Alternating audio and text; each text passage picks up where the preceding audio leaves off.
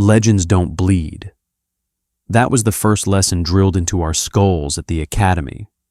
We were taught to rely on plasma cells, thermal plating, and cold, hard math. The Terrans were just a fairy tale to keep frightened conscripts quiet during orbital raids, a bedtime story about mad apes from a death world who shattered stars out of sheer spite. We stopped believing in them centuries ago. Then the sky ripped open, and the fairy tale started dropping kinetic ordnance. The mud at the bottom of Trench 4 didn't feel like soil anymore. It was a vile, gelatinous paste of pulverized synthcrete, chemical runoff, and the vaporized remains of the 3rd Battalion.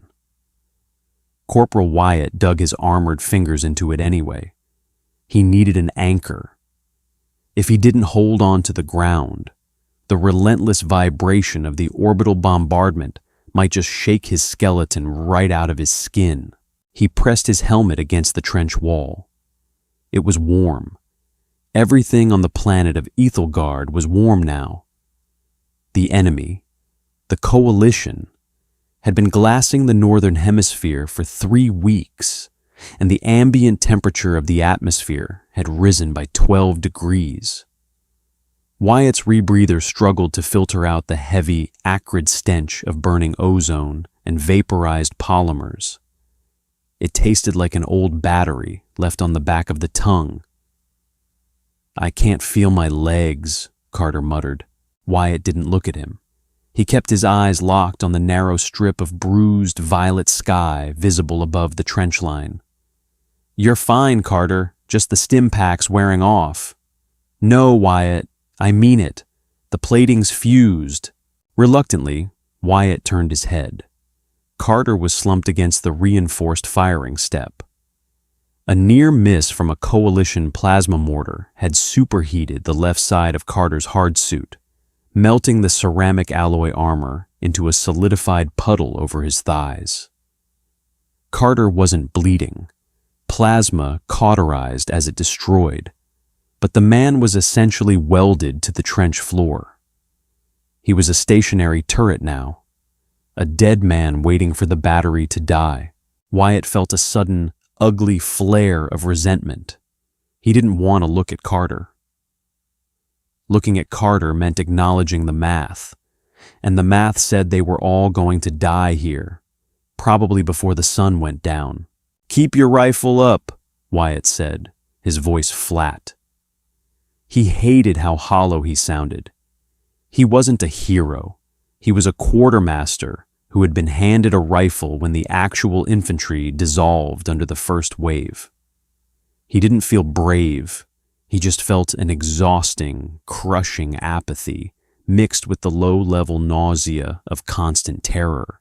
A few yards down the line, Logan was fiddling with an old-tech shortwave receiver. Logan was young, barely out of his primary molts, his facial plate still pale and soft.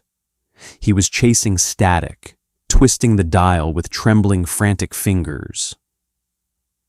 "Command said they sent the Deep Echo beacon," Logan whispered, loud enough to cut through the distant, rhythmic thud of artillery. 3 days ago, they bounced it off the relay before the coalition blew the comsat." Wyatt scoffed, a wet, rattling sound in his throat. "Shut up, Logan. Save your battery." "They sent it to the outer dark, Wyatt. The old coordinates." Logan looked up, his wide, terrified eyes reflecting the dull glow of his dying receiver. "The Terran coordinates." Wyatt closed his eyes. He let out a long, slow breath, feeling the condensation pool in his rebreather mask. "Terrans aren't real, kid. They're a myth. A psychological operation invented by command to make you think there's a cavalry coming. There is no cavalry. It's just us, the mud, and the coalition." "My grandfather saw one," Logan insisted, his voice cracking. "During the siege of Vane. He said they don't use plasma. He said they use solid metal. They throw rocks at the speed of sound." "Your grandfather drank too much engine coolant," Wyatt snapped. His heart hammered an erratic rhythm against his ribs. He didn't want to talk about myths.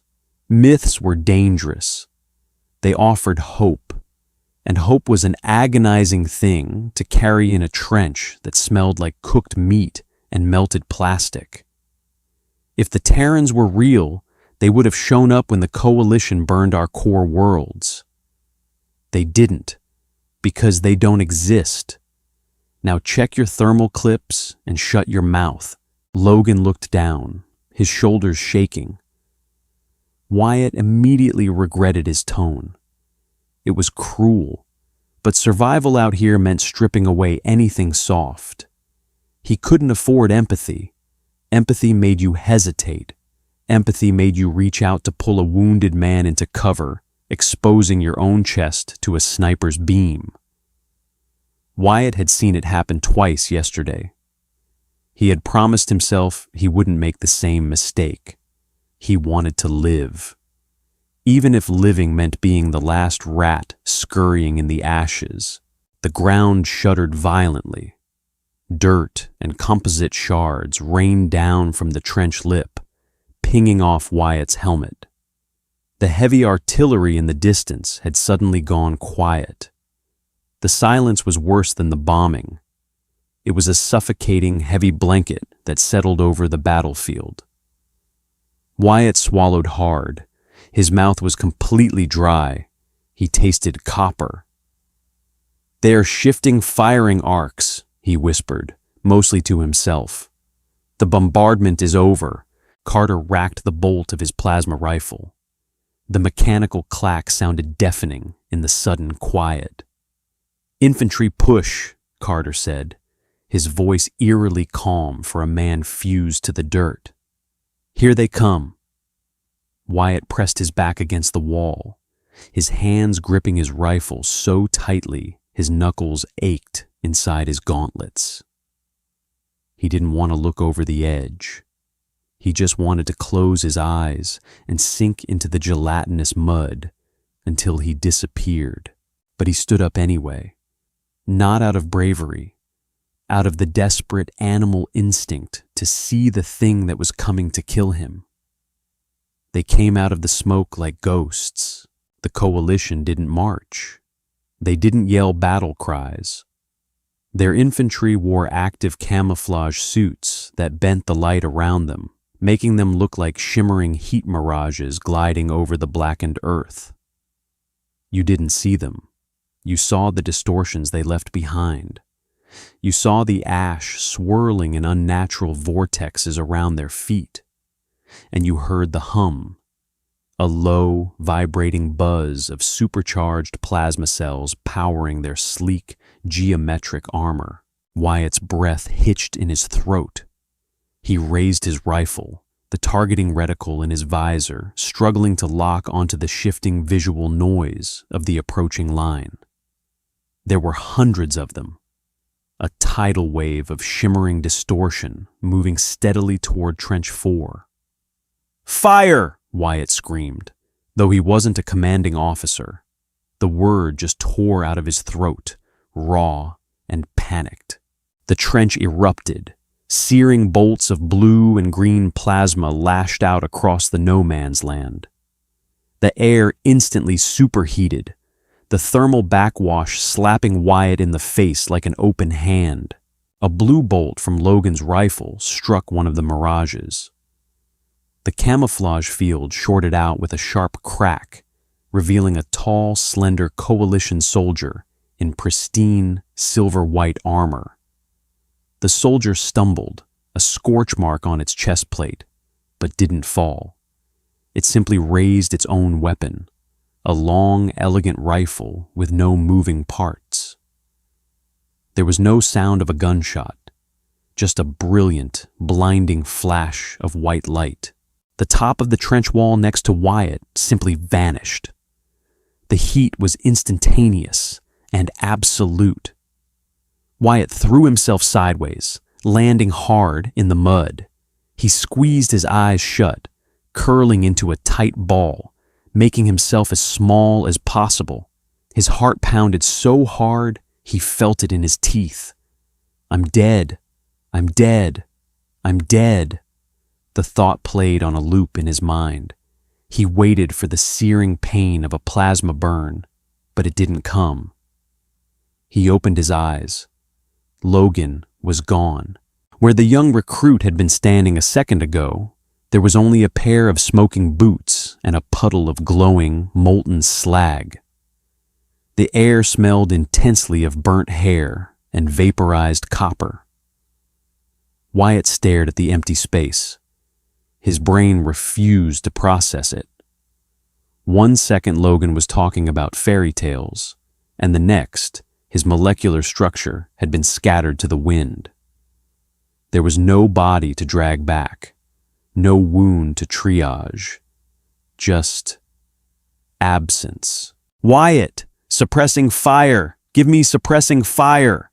Carter was screaming from his fused position, his rifle overheating as he fired blindly into the smoke.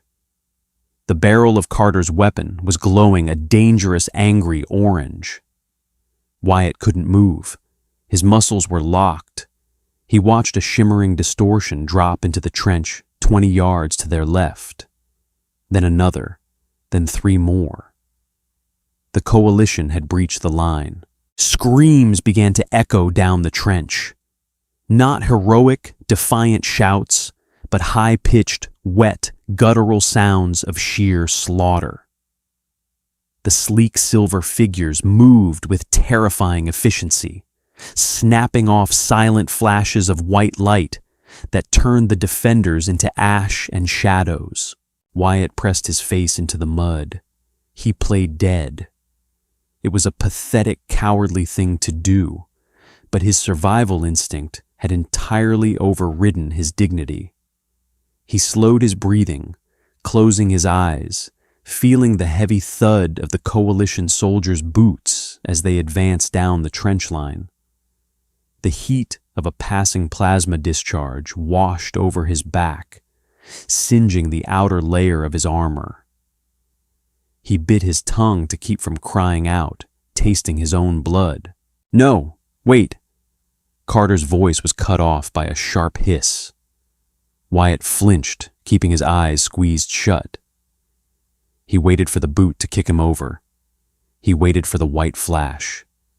He lay in the filth, a trembling, broken thing, waiting for the end of his world.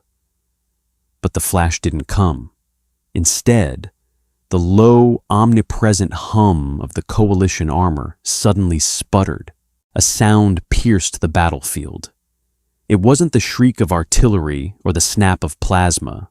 It was a radio frequency, a massive, deafening squawk of unencrypted raw audio bleeding across every comms channel, every open frequency, every speaker in the sector.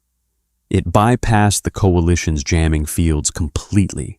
It was a burst of harsh, rhythmic noise, heavy pounding percussion mixed with the screaming wail of what sounded like an amplified, distorted string instrument. It was ugly. It was disorganized. It was violently loud.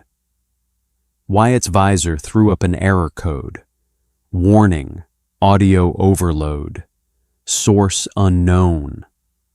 The ground didn't just shake, it lurched. Wyatt opened his eyes. The silver-armored coalition soldier standing over Carter's remains had paused. Its sleek, featureless helmet tilted upward, looking at the sky. Wyatt rolled over, his armor slick with mud, and looked up too. The dark, bruised clouds above Ethelgard weren't just parting.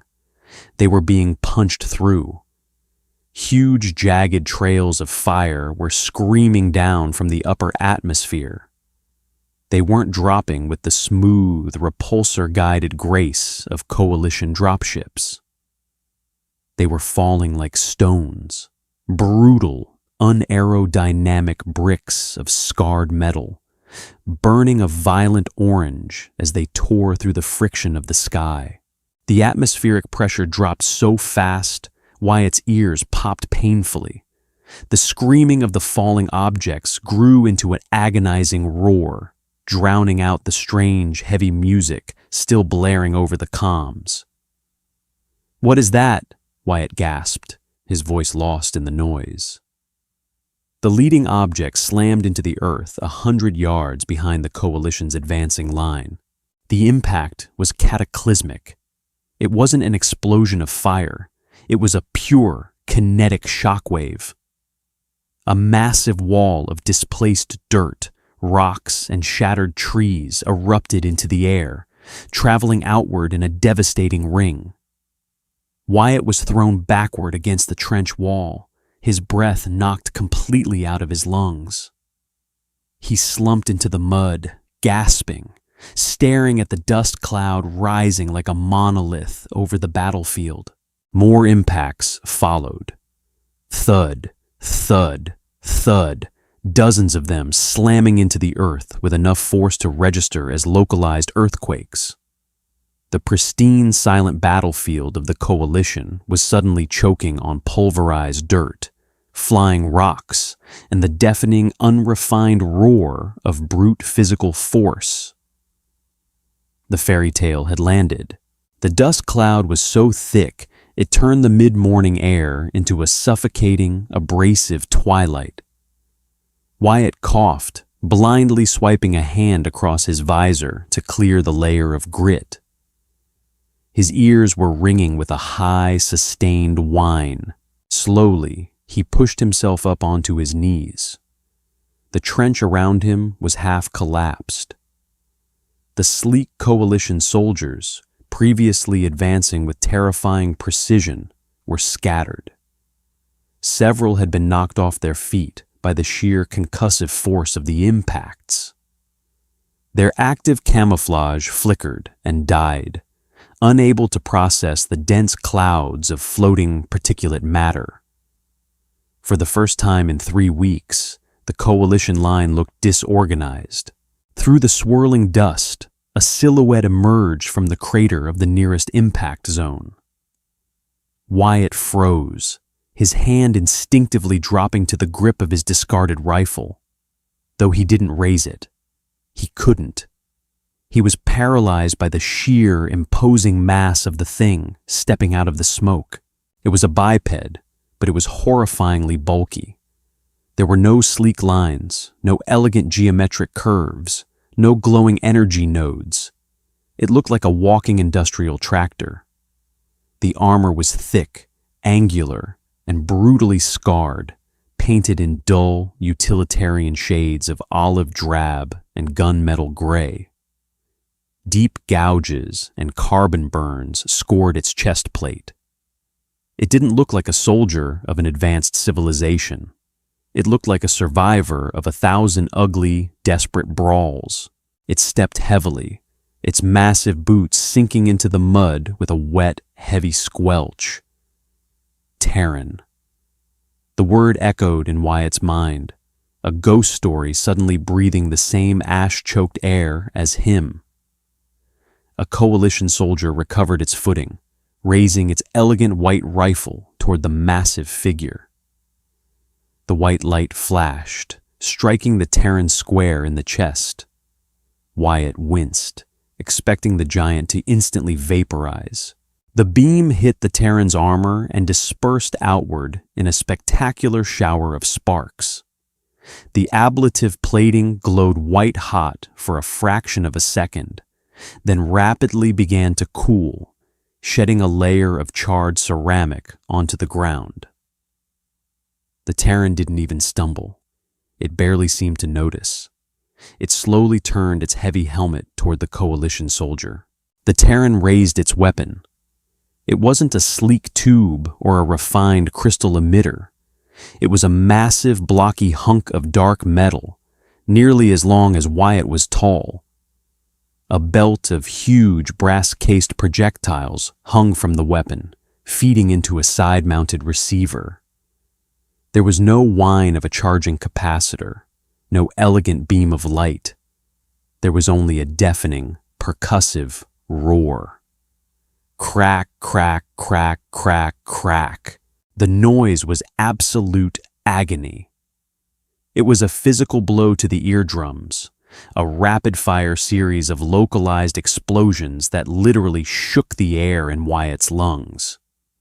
Muzzle flash, bright, dirty yellow fire erupted from the barrel, spitting thick clouds of gray, sulfurous smoke. The coalition soldiers' kinetic shielding, designed to absorb and dissipate directed energy weapons, flared brilliantly to life. But the Terran wasn't using energy. It was throwing solid mass, accelerated by chemical explosives at supersonic speeds. The first heavy slug slammed into the shield, rippling the energy field. The second cracked it. The third, fourth, and fifth tore through the failing barrier and struck the soldier's silver armor. It was horrifyingly violent. The pristine armor didn't just melt, it shattered. The kinetic impacts threw the slender coalition soldier backward with brutal, bone-breaking force, tearing holes through the composite plating and spinning the body into the mud like a discarded doll. Silence fell for a fraction of a second, save for the distinct, metallic ping-ping-ping of empty brass casings bouncing off the synthcrete trench floor. Wyatt stared at the smoking brass. He had never seen a weapon that left physical trash behind. It was so primitive. It was messy. It was undeniably loud. And it had just killed a coalition elite in less than 2 seconds. More silhouettes began stepping out of the dust, heavy and imposing. The heavy metal music that had jammed the radios was still bleeding through the comms, a chaotic soundtrack to the carnage unfolding. 2 more Terrans moved up to the trench line. They didn't glide. They trudged. They looked tired, their armor covered in the grease and scorch marks of a dozen previous orbital drops. One of them kicked a piece of debris out of the way, a distinctly annoyed, deeply organic gesture. They weren't angels.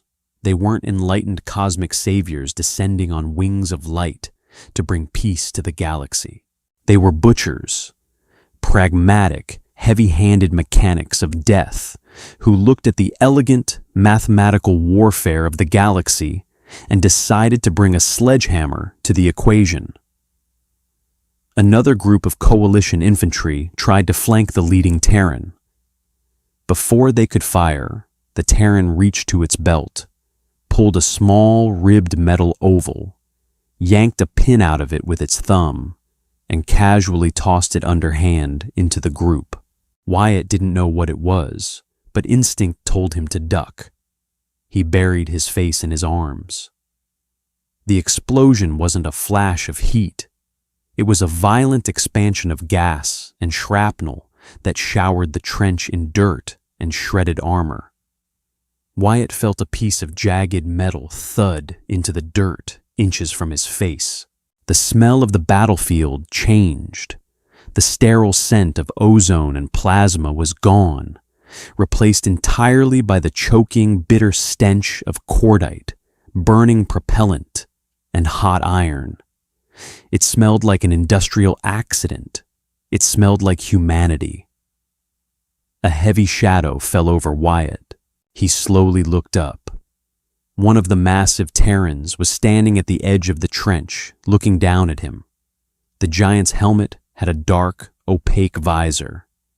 It looked down at Wyatt, then down at the melted remains of Carter, and finally at the empty, scorch-marked space where Logan had been. The Terran reached up and unlatched its helmet. A hiss of pressurized air escaped the collar seal. Wyatt braced himself, unsure of what nightmare face was about to be revealed beneath the metal. A monster with fangs? A synthetic killing machine? The helmet came off. It was a man. His face was smeared with sweat and carbon scoring. He looked exhausted. Deep bags hung under his eyes, and a patchy stubble covered his jaw. He didn't look like a god of war. He looked like a weary factory worker who had just been asked to pull a double shift. He spit a glob of black saliva into the mud, wiped his mouth with the back of a thick, armored glove, and looked at Wyatt. "You boys look like shit," the human said, his voice a gravelly, low baritone that rasped through Wyatt's translator earpiece. Wyatt couldn't speak. His jaw moved, but only a dry croak came out. He just stared at the sweaty, imperfect, intensely real creature standing over him. The human didn't wait for a reply. He slapped the helmet back onto his head, the seal locking with a mechanical clunk. He racked the heavy bolt of his weapon, ejecting a live round into the mud, and turned back toward the swirling dust where the coalition forces were desperately trying to regroup. "Hayes, push the left flank," the human's voice boomed over the local proximity channel. "These shiny bastards don't like getting punched in the mouth. Let's oblige 'em." Wyatt watched the massive, lumbering figures advance into the smoke, their kinetic rifles barking a deafening, rhythmic roar. The ground shook with their every step. They were loud, dirty, and utterly unrefined.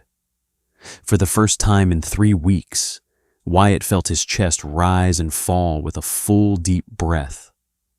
He leaned back against the muddy wall of the trench, a cynical, disbelieving laugh bubbling up in his chest. The old stories were wrong. The Terrans weren't a myth.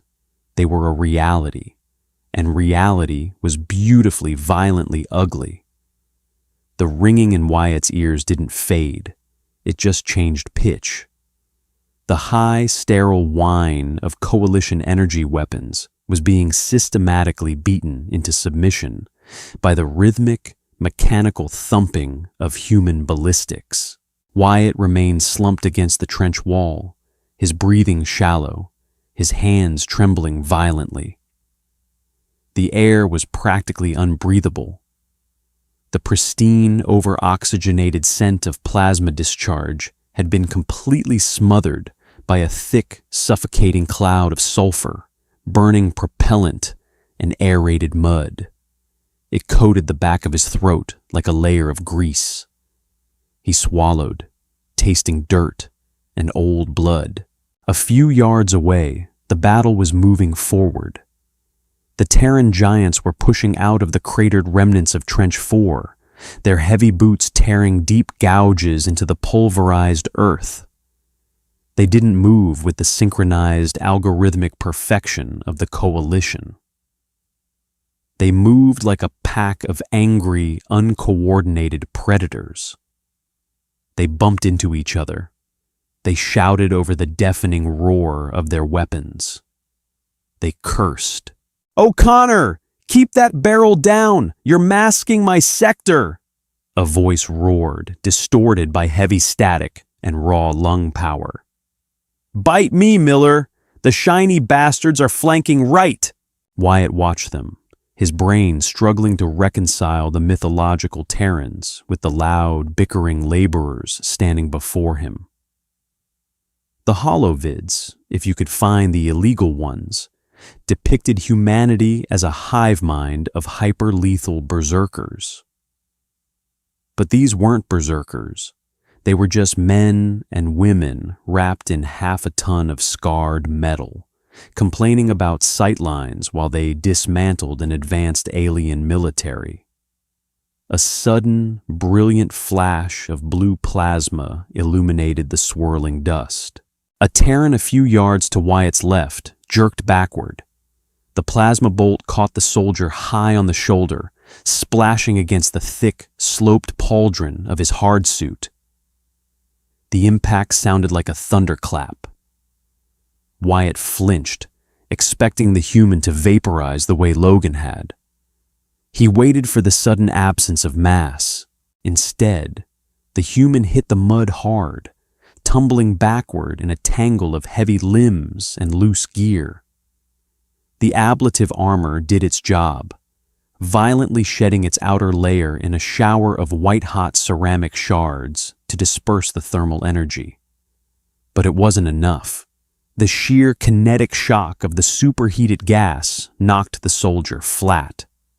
"Man down! Suppress!" Miller bellowed. The volume of human return fire doubled. It was a terrifying, continuous roar that rattled Wyatt's teeth in his skull.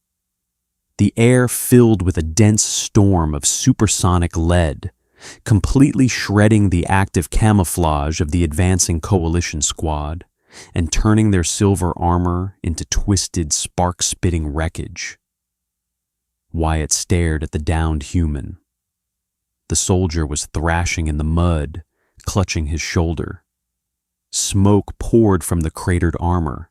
A smaller, slightly less bulky Terran slid into the trench, hitting the mud on his knees and scrambling over to the wounded soldier. This one wore a red cross hastily spray-painted onto a dirty white shoulder plate. Wyatt watched, paralyzed by morbid curiosity. He had never seen human biology up close. He half expected the medic to pull out a fusion welder to repair damaged circuitry. The medic unlatched the wounded soldier's helmet and tossed it aside. A woman's face, pale and streaked with soot, contorted in absolute agony. She wasn't stoic. She was screaming, a raw, guttural sound that made Wyatt's stomach churn. "Hold still, Ramirez! Hold still!" the medic shouted, pulling a heavy metallic shear from his hip. He didn't use a sterile laser scalpel. He wedged the thick mechanical blades under the melted edge of her undersuit and physically wrenched it apart with brute force. The smell hit Wyatt a second later. It cut through the sulfur and the ozone. It was the heavy, sweet, rusted copper stench of mammalian blood. Combined with the smell of seared meat, it was nauseating. Wyatt leaned over and dry heaved into the mud, his stomach muscles cramping painfully. He looked back up, wiping a string of saliva from his chin. The human shoulder was a mess of blistered flesh and dark, flowing red fluid. It was horrifyingly organic. They were so fragile beneath the metal. They were just meat. The medic didn't panic. He pulled a thick, pressurized canister from his webbing. He didn't offer a localized anesthetic field or a neural dampener. He simply jammed the nozzle into the wound and pressed the trigger. Ramirez shrieked, her back arching off the ground, her armored boots kicking frantically against the trench wall. A thick, expanding gray foam erupted from the canister, filling the wound, violently expanding and hardening within seconds to seal the ruptured blood vessels. "Breathe, just breathe, you stubborn idiot," the medic muttered, pulling a large syringe filled with amber liquid and jabbing it directly into her neck. Within moments, Ramirez's screams subsided into heavy, ragged gasps. Her head lolled back against the mud. "Can you shoot?" the medic asked, his voice entirely devoid of bedside manner. Ramirez blinked, her eyes hazy, sweat pouring down her face. She looked at her left arm. It was locked in place by the hardened medical foam. She looked at her right arm, which was still holding her heavy kinetic rifle. "Yeah," she rasped, her voice trembling. "Yeah, Doc, I got my right." "Good. Keep your head down and watch the rear." The medic slapped her on the unharmed side of her helmet, grabbed his own weapon, and stood back up into the firing line. Wyatt sat there, utterly bewildered. In the combined military of his species, an injury like that required immediate cryostasis and a medevac. If you couldn't be extracted, you were given a lethal dose of somatazine to prevent capture. You didn't patch a massive third-degree plasma burn with expanding construction foam and tell the soldier to watch the flank. It was barbaric. It was archaic, and yet Ramirez was alive. She was dragging herself up against the trench wall, propping her heavy rifle on the dirt, her jaw set in a rigid, hate-filled grimace. She wasn't a perfect mathematical equation of warfare. She was a broken, bleeding, terrified creature, running on spite and chemical stimulants. Wyatt looked down at his own hands. His pristine, lightweight composite armor was clean, save for the mud. He hadn't fired a single shot since the humans arrived. For the first time since the bombardment began, the trembling in his fingers began to slow. The suffocating apathy that had gripped him was fracturing, replaced by a strange, confusing warmth. He wasn't looking at gods anymore. He was looking at something much more frightening. He was looking at survivors. The heavy fighting pushed further down the line, leaving Wyatt's section of the trench in a temporary, uneasy lull. The deafening roar of the kinetic rifles faded to a continuous rolling thunder in the distance, replaced locally by the metallic clatter of humans reloading, checking gear, and swearing softly. The air was still thick with dust, turning the midday sun into a muted, angry orange disk. A large figure dropped down into the trench next to Wyatt, the heavy thud of the boots splashing mud onto Wyatt's visor. It was the human who had spoken to him earlier, the one who had taken his helmet off. The human leaned back against the synthcrete wall, groaning as the servos in his armor whined in protest. He reached up, popped the seals on his helmet, and pulled it off, letting it drop into the mud beside him. Up close, the human looked even more exhausted. His skin was pale, mapped with dirt, and tiny lacerations from flying shrapnel. Deep creases bracketed his mouth. He reached into a pouch on his chest rig, pulled out a crushed cardboard box, and extracted a small white cylinder. He placed it between his lips, struck a small flame from a metallic tool, and inhaled deeply. The tip of the cylinder glowed bright orange.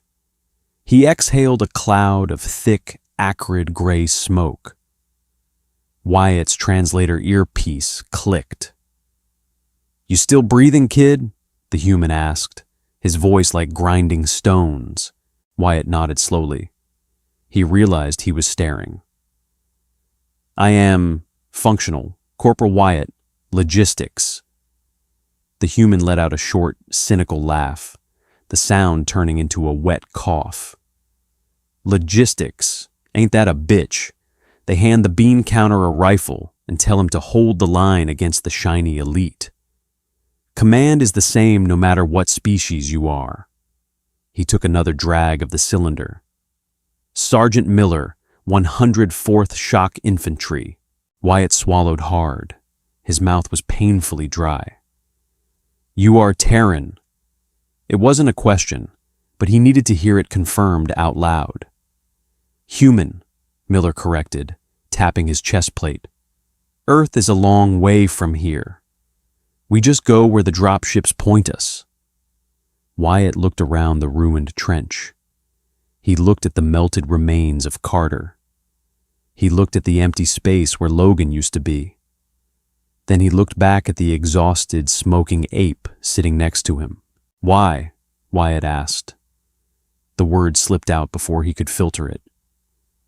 It was a breach of protocol, a massive display of insubordination to a superior force, but the question was eating him alive. "Why are you here? The coalition burned our core worlds. They slaughtered our fleets. You did nothing. The Deep Echo Beacon was a myth. Why now?" Miller didn't answer immediately. He stared out across the shattered landscape of no man's land. His eyes narrowed against the drifting smoke. He took one last long drag from the white cylinder, pinched the glowing ember out with his bare, calloused fingers, and flicked the remains into the mud. "You think we came to save you?" Miller asked, his voice low, stripped of any heroic inflection. Wyatt shrank back slightly. I don't know. We didn't, Miller said bluntly. We don't care about your core worlds. We don't care about your political disputes with the coalition. Humanity spent the last 200 years bleeding itself dry in the Orion Traverse. We bought our peace with a mountain of corpses, and we wanted to be left alone. Miller turned his head, fixing his dark, bloodshot eyes on Wyatt. There was no malice in his gaze, just a profound, bone-deep weariness. 3 weeks ago, Miller continued, his voice tightening, a coalition patrol fleet crossed the neutral zone near the Helios Gate. They didn't hail us. They didn't issue demands. They just opened fire. They vaporized an orbital agricultural station. 7,000 civilians, hydroponics farmers, kids. Miller leaned forward, the heavy armor plates on his chest grinding together. They didn't do it because we were a threat. They did it because we were in their way. They calculated the geometry of their supply lines and decided our station was an inefficient obstacle. It was math. Wyatt felt a cold knot form in his stomach. The coalition didn't hate. They optimized. He knew that. It was what made them so terrifying. So, Miller said, picking up his helmet and wiping the mud off the visor with a dirty rag. Our command sent a message back. We didn't use subspace telemetry. We didn't send diplomats. Miller smiled. It was not a comforting expression. It was a baring of teeth. We dropped 4 kinetic penetrators onto their primary staging moon, Miller said quietly. Cracked the crust. Turned 3 million tons of refined plasma weaponry into a radioactive glass parking lot, and then we tracked their deployment vectors here. Miller locked his helmet back onto the collar of his suit. His voice immediately shifted from the grounded human baritone to the amplified, intimidating growl of the external speakers. We're not here to save your species, Corporal. We're here because the coalition forgot the first rule of the Dark Forest. What rule? Wyatt asked, his voice trembling. The massive human stood up, his armor shedding dirt and debris. He racked the heavy bolt of his weapon, the metallic clack-clack ringing out like a death knell. Don't kick a sleeping dog. The ground beneath Wyatt suddenly lurched. It wasn't a kinetic strike this time. It was a deep, resonant vibration that seemed to originate from the earth itself. The muddy water pooled in the bottom of the trench began to ripple violently. The heavy rolling thunder of the human guns in the distance suddenly cut off. A chilling absolute silence fell over the battlefield, broken only by the hum of static in Wyatt's earpiece. Miller snapped his rifle up, aiming over the lip of the trench. Contact front, heavy armor moving in. Wyatt scrambled up the slick mud of the trench wall, peering over the edge. The dust was parting. The coalition was no longer sending infantry. Gliding silently out of the abrasive fog was a machine of terrifying elegance. It was a heavy assault platform, a sleek, manta-ray-shaped wedge of silver armor hovering completely frictionless a few feet above the scorched earth. It had no treads, no exhaust ports, no visible moving parts. Just a massive, underslung plasma cannon, glowing with a blinding, furious violet light. The math had returned, and it had calculated that the humans needed to be erased. The air pressure dropped. It was the only physical warning the coalition tank gave before it fired. The violet beam wasn't a bolt. It was a continuous, searing lance of superheated energy that cut through the dust cloud like a scalpel. It struck the trench line 50 yards to Wyatt's right. There was no explosive concussion. Just an instantaneous, roaring hiss as thousands of tons of dirt, synthcrete, and whatever remained of the squad stationed there were flash vaporized into steam and ash. The thermal backwash hit Wyatt a second later, blistering the paint on his helmet and sucking the moisture out of his eyes. "Disperse! Get out of the channel!"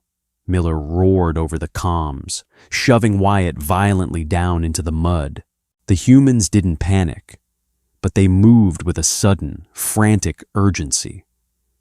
Their heavy armor whined and strained as they scrambled up the remaining intact walls of the trench, throwing themselves into the muddy craters of no man's land. Wyatt lay paralyzed at the bottom of the trench. His breathing was rapid and shallow. The apathy was gone, replaced entirely by raw, unadulterated terror. The trench, his only source of safety, was now a designated kill zone. "Move! You have to move!" His brain screamed at his body, but his limbs felt like they were filled with cold lead. The ground hummed again. The hovering silver wedge was adjusting its firing angle, drifting effortlessly over the broken terrain.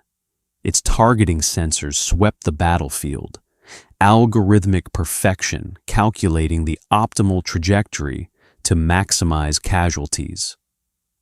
A heavy boot slammed into Wyatt's ribs, knocking the wind out of him.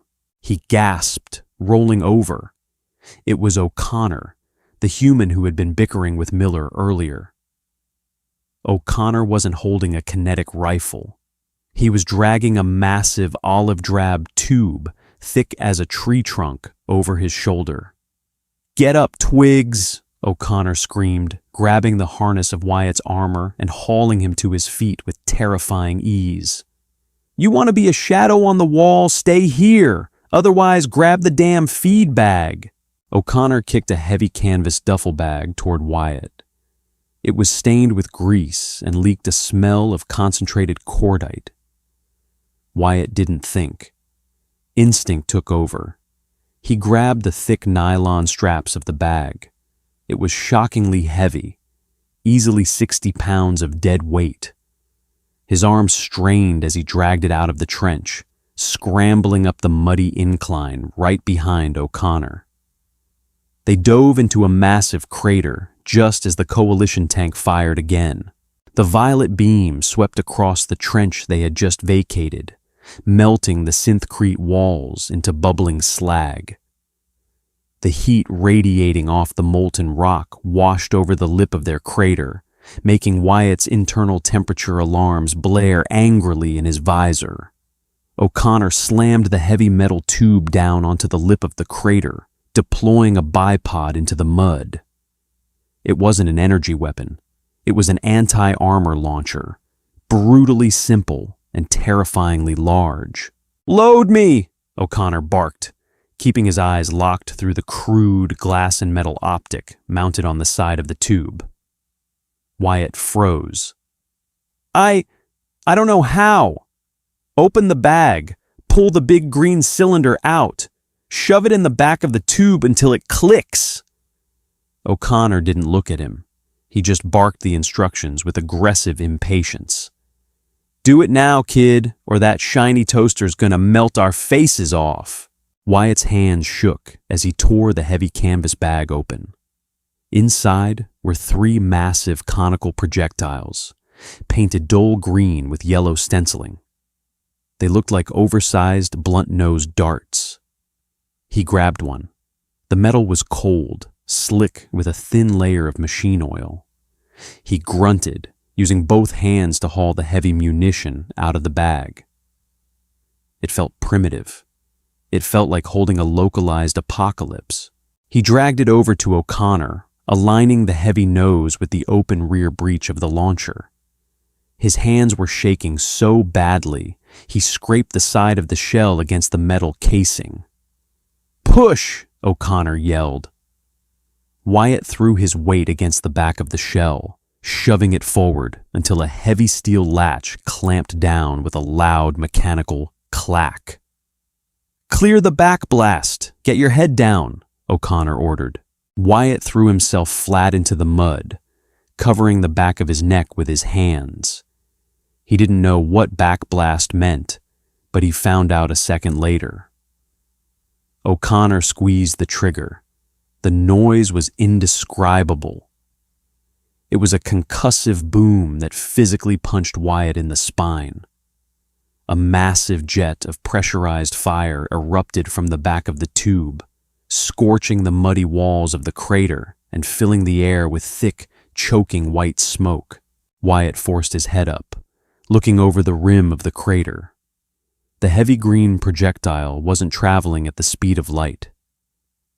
It was slow enough that Wyatt could track its contrail, a dirty, twisting line of gray exhaust carving through the air. The coalition tank detected the incoming mass. Its automated point defense system snapped online. 3 rapid, silent flashes of white light struck the human missile midair. The outer casing of the missile began to melt, but it didn't vaporize. It was too dense. It was too stupidly thick. The advanced energy beams chewed through the outer layer of ablative shielding, but the kinetic momentum of the massive steel dart didn't care about heat. It cared about mass. And it had a lot of it. The missile struck the front glacis plate of the hovering tank. For a fraction of a second, nothing happened. Then, the shaped charge warhead detonated. It wasn't a fiery explosion. It was a focused, hypervelocity jet of molten copper, driven by high explosives, designed to do exactly one thing: punch through armor. The sound of the impact was a horrific, tearing screech of stressed metal. The jet of liquid metal punched through the tank's kinetic shielding like paper, bit into the elegant silver armor, and drove straight into the vehicle's internal plasma capacitors. The resulting chain reaction was catastrophic. The elegant silent machine ballooned outward, its silver plating turning blindingly white before shattering into a million pieces. A dome of blue plasma erupted from the center of the tank, vaporizing the chassis and sending a shockwave of displaced air rolling across the battlefield. Wyatt ducked as chunks of glowing molten shrapnel rained down around their crater, sizzling furiously as they struck the wet mud. Silence fell over the battlefield again, heavy and ringing. Wyatt lay in the mud, panting, staring at the empty canvas bag, then at his own hands. They were coated in black grease and dirt. His knuckles were bruised. His shoulder ached from dragging the munitions. He had done something. He hadn't just sat waiting for the math to claim him. He had helped fire the weapon. He had participated in the chaos. O'Connor let out a long, slow whistle, slapping the side of the smoking launcher. He looked down at Wyatt, grinning behind his visor. "Nice loading, Twigs. You keep that up, we might make a grunt out of you yet." Wyatt didn't smile back, but he didn't shrink away either. He wiped the grease from his visor, his hands steadying for the first time in 3 weeks. The paralyzing, suffocating terror was receding. In its place was something entirely new. It was ugly, it was dirty, and it smelled heavily of iron and propellant. It was momentum. "Give me another one," O'Connor said, peering through the smoke toward the coalition lines. "They're shifting their infantry to cover the gap. Let's make 'em bleed for it." Wyatt didn't hesitate. He reached into the canvas bag, his fingers gripping the cold, oily steel of the next shell. He dragged it forward, ignoring the ache in his muscles. He didn't know if he was going to survive the day. But looking at the scarred, stubborn humans entrenched in the mud around him, Wyatt knew one thing for certain. If he died today, he was going to leave a hell of a mess behind. The destruction of the assault platform didn't trigger a retreat. The coalition didn't experience fear. They experienced a sudden, drastic recalculation of variables. The hovering silver wedge had been the anchor of their local offensive. With it gone, the algorithm dictated an immediate, overwhelming infantry swarm to neutralize the anti-armor threat before it could reload. They came fast, not walking this time, but sprinting. Their active camouflage systems were completely useless in the dense, abrasive smog of the battlefield, so they didn't bother using them. Instead, they routed all auxiliary power to their kinetic shielding and agility servos. Dozens of silver figures poured over the lip of the pulverized trench line, moving with terrifying silent velocity. "Contact left! They're rushing the crater!" O'Connor bellowed, kicking the empty smoking tube of the launcher aside. He didn't reach for a sidearm. He grabbed a heavy, scarred, kinetic assault rifle that had been slung across his back, resting the barrel on the mud rim of their hole. Wyatt shrank to the bottom of the crater, his hands scrambling in the dirt until his armored fingers brushed the familiar, sleek composite grip of his own discarded plasma rifle. He pulled it to his chest, his breathing ragged. The air above them turned into a meat grinder of supersonic copper and lead. O'Connor fired in short, controlled bursts. Crack, crack, crack. The noise was a physical pressure in the confined space of the crater. Hot, empty brass casings showered down on Wyatt's helmet, pinging sharply against the composite. They smelled like burnt sulfur and hot iron. One of them slipped down the collar of Wyatt's armor, pressing against his undersuit. It was searing hot, a tiny, localized brand that made him hiss in pain. A silver blur crested the edge of the crater. The coalition soldier didn't jump. It vaulted with mechanical grace, its white rifle already tracking downward. Wyatt saw the sleek, featureless faceplate lock onto O'Connor's heavy silhouette. Wyatt didn't think. There was no time for calculation.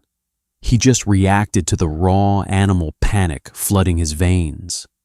He squeezed the trigger of his plasma rifle. The blue bolt struck the coalition soldier mid-air, splashing against its kinetic shield. The energy didn't penetrate, but the sudden thermal bloom blinded the soldier's optics for a microsecond. It was enough. O'Connor pivoted, driving the buttstock of his heavy rifle upward with brutal hip-driven momentum. The heavy composite stock smashed into the coalition soldier's faceplate with a sickening crunch. The pristine silver helmet shattered, revealing pale, translucent flesh and dark, viscous fluid beneath. The soldier fell backward into the mud, its elegant limbs twitching erratically as its internal systems shorted out. "Watch your arcs, Twigs," O'Connor grunted, not looking back at Wyatt. He racked the charging handle of his weapon, ejecting a jammed casing. "Keep firing!" Wyatt scrambled up the slick slope of the crater, resting his rifle beside O'Connor's. His hands were shaking so violently he could barely keep the targeting reticle steady. He looked out over the battlefield. It was a scene of absolute, unapologetic chaos. A few dozen yards away, Miller was engaged in a brutal, close-quarters brawl.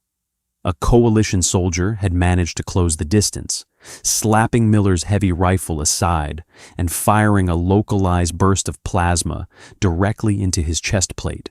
The ablative armor hissed and melted, flashing white hot, but it held. Miller didn't fall back. He stepped into the heat. He dropped his rifle, letting it hang from its tactical sling, and drove a massive armored fist directly into the center of the coalition soldier's chest. The impact sounded like a car crash. The The kinetic force crumpled the silver armor inward, violently snapping the soldier's ribs.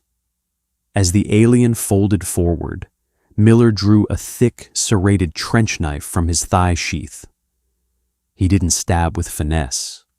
He drove it upward, under the shattered rim of the soldier's helmet, burying the dark steel to the hilt. Wyatt gagged.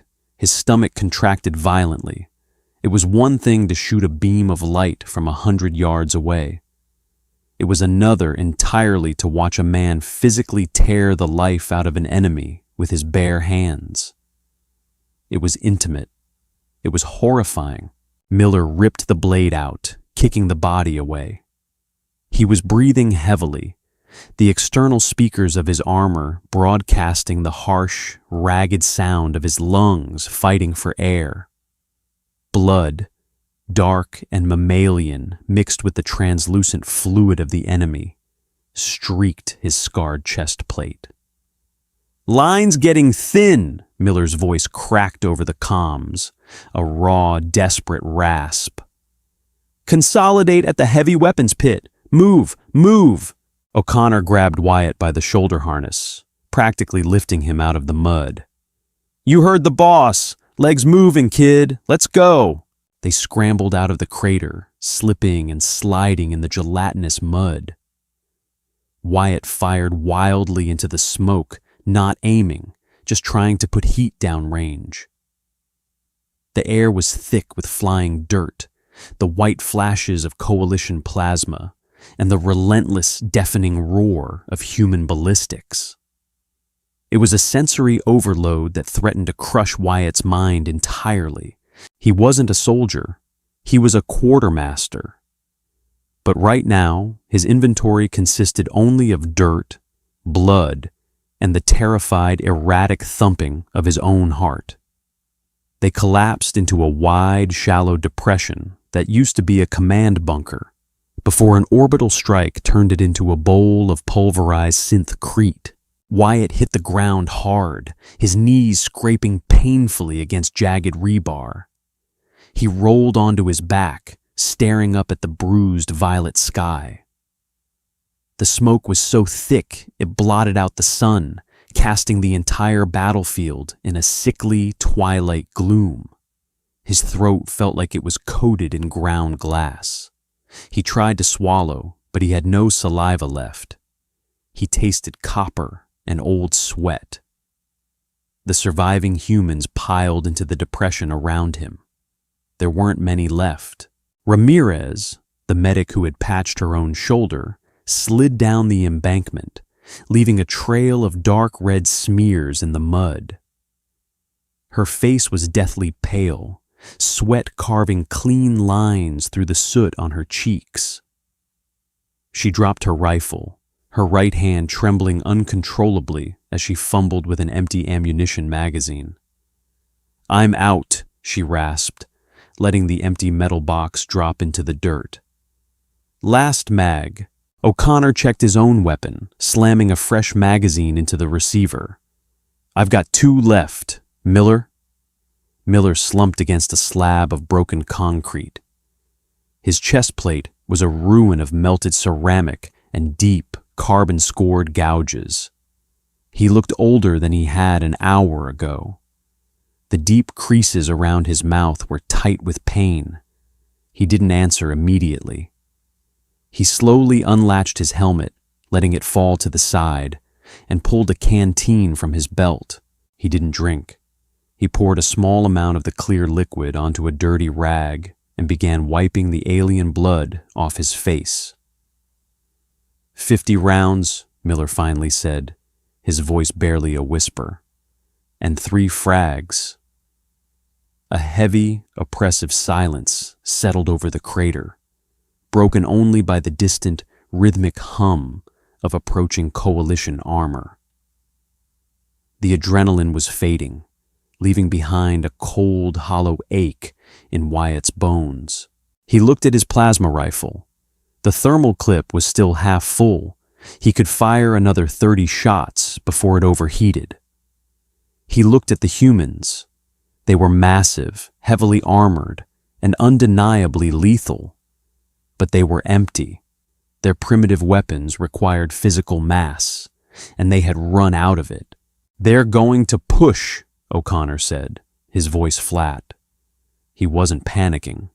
He sounded almost bored, a cynical acceptance of the mathematics of their situation. "They lost a platform and 2 platoons.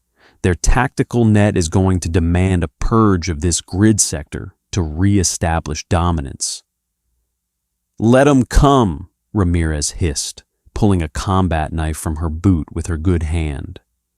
Her breathing was shallow and rapid. "I've still got one good arm." Wyatt stared at her. It was madness. It was absolute suicidal insanity. The coalition was approaching with fresh energy cells, pristine armor, and perfectly calibrated targeting algorithms. And these primates were planning to fight them with sharpened pieces of steel. "You can't," Wyatt blurted out. His voice sounded painfully loud in his own ears. "You don't have the ammunition. Your kinetic shielding is compromised. The probability of survival is absolute 0. Miller stopped wiping his face. He looked at Wyatt, his dark, bloodshot eyes pinning the alien to the mud. "Probability," Miller echoed softly, the word dripping with venom.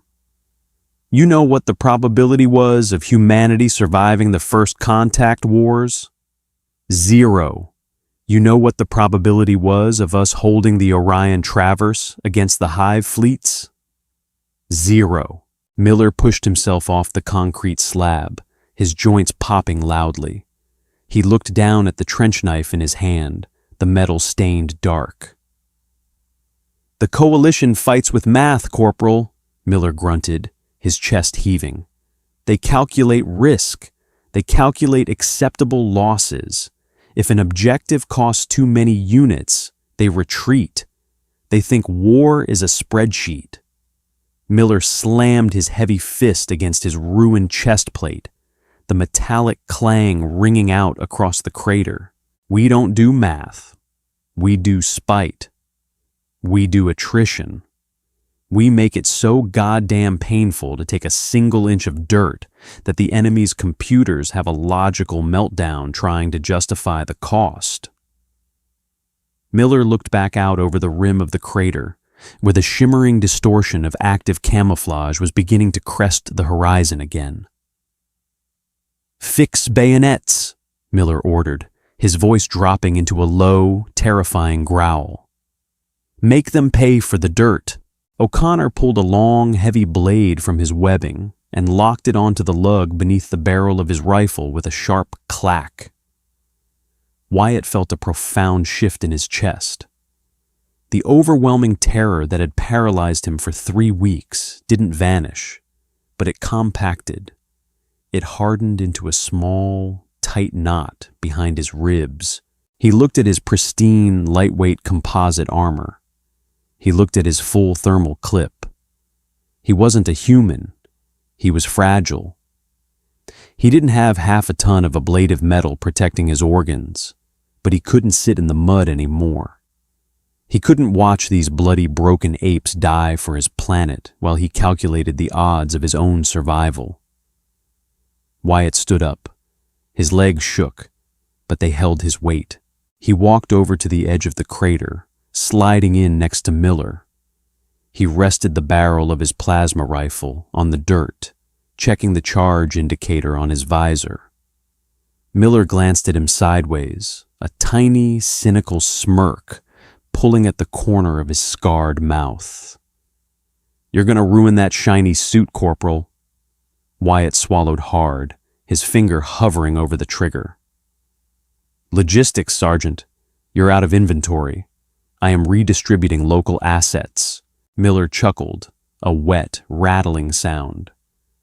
"All right, Twigs. Keep your head down and shoot the shiny ones." The air pressure began to drop. The hum of the coalition weapons grew to a deafening whine. "Here they come," O'Connor roared. Wyatt braced the rifle against his shoulder. He didn't close his eyes this time. He stared into the swirling dust, waiting for the mirages to solidify. He tasted iron and iodine. He smelled the bitter stench of human defiance. And for the first time in his life, he didn't care about the math. The final push wasn't a battle. It was a meat grinder. The coalition infantry breached the perimeter of the bunker, their silver armor flashing through the smoke like phantoms. Wyatt's plasma rifle whined, venting superheated gas into his face as he held the trigger down. He didn't aim for vital spots. He just dragged the searing blue beam across chest plates, legs, and visors, desperate to break their momentum. Beside him, Miller was a force of absolute, brutal nature. With no ammunition left, the Terran sergeant had waded directly into the silver line, using his heavy assault rifle as a bludgeon. Wyatt watched, equal parts horrified and mesmerized, as Miller ducked under a blinding flash of white plasma, stepped into the guard of a coalition soldier, and drove the butt of his rifle into the alien's knee joint. The ceramic composite snapped with a loud crack. As the soldier fell, Miller brought the heavy, bayonet-tipped weapon down like a spear, pinning the alien to the pulverized earth. "Behind you!" Wyatt screamed, his vocal cords tearing. A shimmering distortion had bypassed Miller's flank, its weapon raising toward the human's exposed back. Wyatt swung his rifle, ignoring the blaring overheat warnings on his visor. He squeezed the trigger. The weapon sputtered, the thermal coil glowing a dangerous, angry red before spitting out a jagged, unstable bolt of plasma. It struck the coalition soldier in the shoulder, knocking its aim wide. The white flash of its weapon seared past Miller's ear, vaporizing a chunk of the concrete bunker. Miller spun, a small fragmentation grenade suddenly in his hand. He didn't throw it. He slammed it directly against the chest of the staggered coalition soldier, kicked the alien backward, and threw himself flat. The explosion was a deafening, concussive thump. Dirt, shrapnel, and shattered silver armor rained down over the crater. Wyatt dropped his rifle. The grip was literally melting his gloves. He fell back against the sloped dirt wall, his chest heaving, his vision swimming with black spots. He couldn't breathe. The air was entirely depleted of oxygen, replaced by cordite, vaporized blood, and burning plastic. He waited for the next wave. He waited for the next blinding flash of white light to erase him. He squeezed his eyes shut, his hands scrabbling in the dirt, finding a heavy, sharp rock. It was pathetic. It was the absolute regression of his species' evolution. He was going to fight an interstellar empire with a stone. But the flash never came. Instead, the deafening hum of the coalition weapons began to recede. It wasn't a sudden silence. It was a gradual fading, like the sound of a swarm of locusts moving on to a different field. Wyatt slowly opened his eyes. The dust was settling, revealing a landscape that looked like the surface of a dead moon. The ground was entirely cratered, black and smoking. Dozens of silver bodies lay scattered across the mud, their pristine armor blackened, cracked, and leaking fluids. There were no more mirages. There were no more active camouflage fields. "They're pulling back," O'Connor panted, leaning heavily on his rifle. His left arm hung uselessly at his side, the armor scorched black. "Scanners show they're falling back to the tree line, 2 clicks out." Wyatt let the rock slip from his trembling fingers. He didn't understand. "Why? They had us.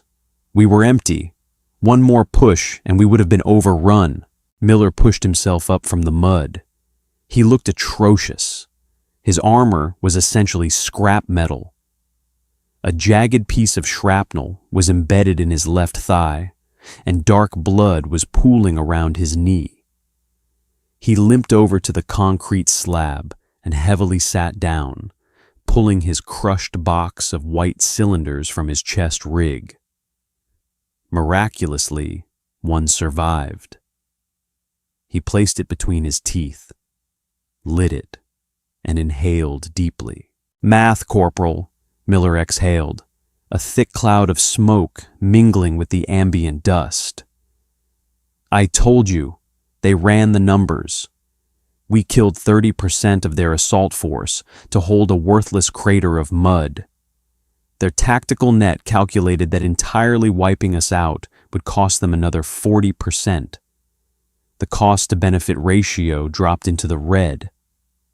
Miller smiled, a tired, bloody, intensely human expression. "We didn't beat them, kid. We just made ourselves too expensive to kill." Wyatt sat in the dirt, staring at his hands. The trembling had finally stopped. He felt a strange, heavy numbness washing over his body. It wasn't the apathy from earlier that morning. It was profound, physical exhaustion. It was the weight of survival. He looked at the humans. Ramirez was asleep, slumped against the dirt wall, her breathing shallow but steady. O'Connor was sitting cross-legged in the mud, clumsily wrapping a pressure bandage around his burned arm using his teeth and his good hand. They weren't gods. The old academy instructors had been right about that much. They didn't bleed light. They didn't possess mystical technology that could wave the enemy away. They were just flesh and bone, wrapped in heavy scarred metal.